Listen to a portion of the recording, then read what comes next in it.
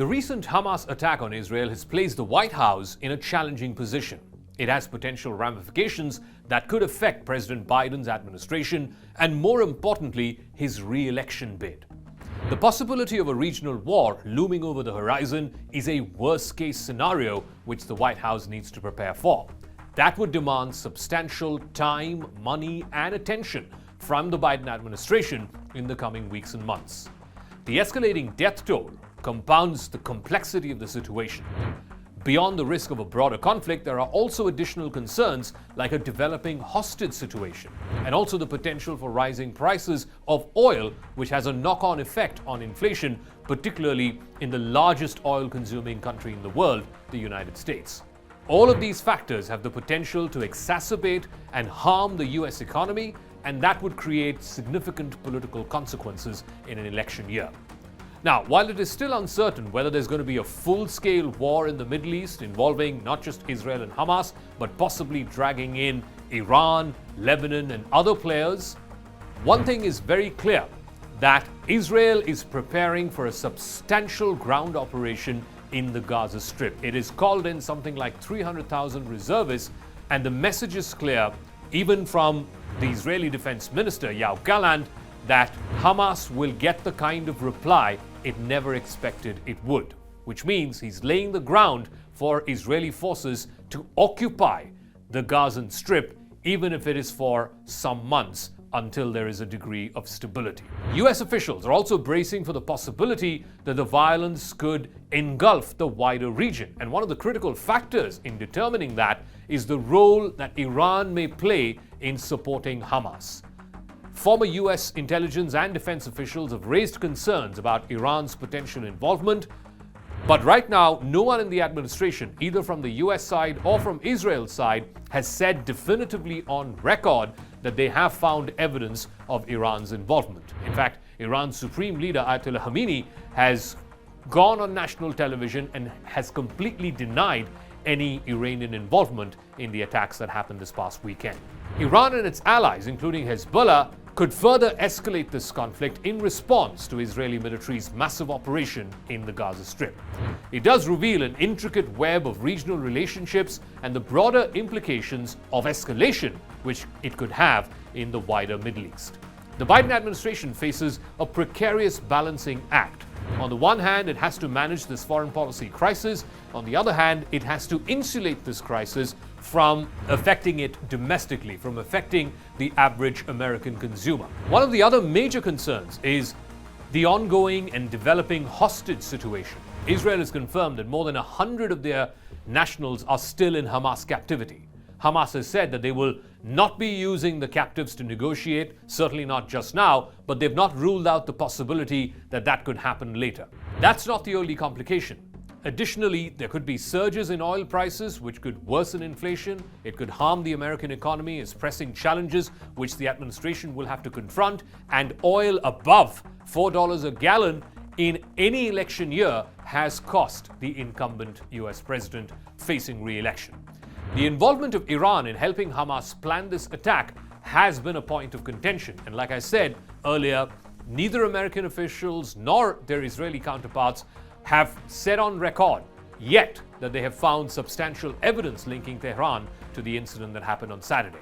The nightmare scenario which is haunting the White House is the potential for Israel to be embroiled in a multi-front war.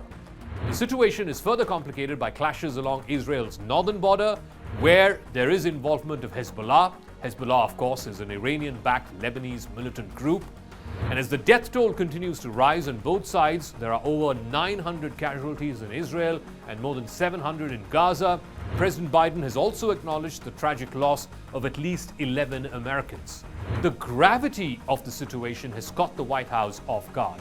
President Biden and his senior advisors have been closely monitoring the situation. They're pondering over what the next steps should be. Antony Blinken is one of the first few world leaders to be flying into Israel to try and coordinate in lockstep with his Israeli counterpart on how to go about this Israeli operation in the Gaza Strip. Now, the parallels between this crisis, which is unfolding right now, and the Iran hostage crisis of 1979 are not lost. President Biden may face similar political pressures to secure the release of Americans held by Hamas if there are any American nationals who are currently in captivity. Remember, back in 1980, when the election happened, the incumbent Democrat lost after just one term, and the Iranian hostage crisis and the blowback from it had a huge role in that election defeat for Jimmy Carter. The potential for a long drawn-out hostage situation this time around could also have profound implications for Mr. Biden and his presidency. The attack by Hamas has also cast doubts on the administration's attempts to try and reshape the Middle East.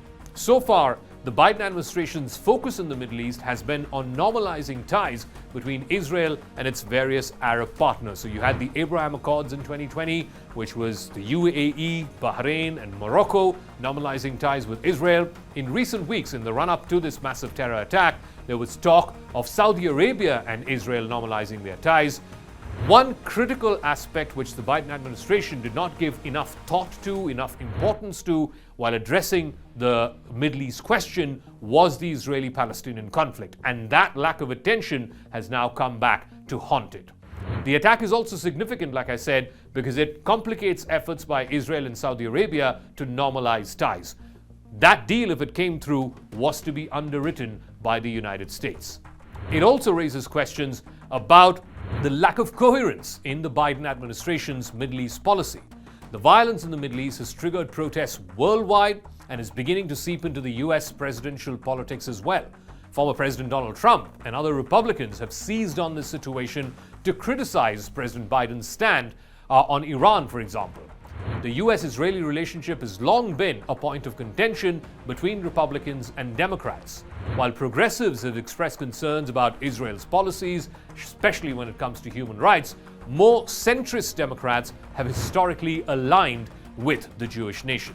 However, for most Republicans, supporting Israel is a fundamental cause, particularly amongst conservative evangelical Christians. The ongoing conflict in Israel might reinforce the perception among American voters that President Biden is overseeing a period of turmoil. Not just in the Middle East, let's not forget what's been going on in Ukraine, and that is unfinished business as well. And all of this comes on top of the complete fiasco that happened in Afghanistan when US troops hurriedly pulled out and eventually gave control of that country to the Taliban. So as this latest crisis unfolds, the Biden administration must navigate these treacherous waters. The world will be closely watching how he's managing this complex and rapidly evolving situation. It's not just Israel's future, America's political future, and Biden's own future depends on managing this complex situation.